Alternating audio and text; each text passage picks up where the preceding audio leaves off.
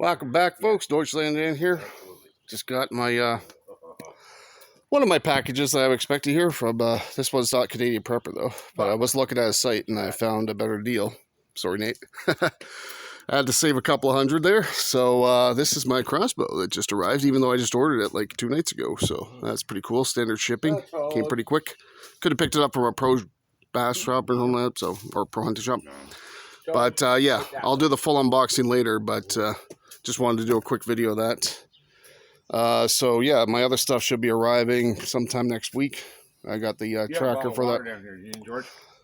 No, that's up on the roof. But I also have water like in a cooler. Because I just dropped it in all. Oh yeah. No, I'll see to that. Yeah, no worries. Yeah, it's all good, brother. So yeah, going back up on the roof before it starts raining. Should hold off till about 5 o'clock or so. Deutschland Dan signing off. Peace out.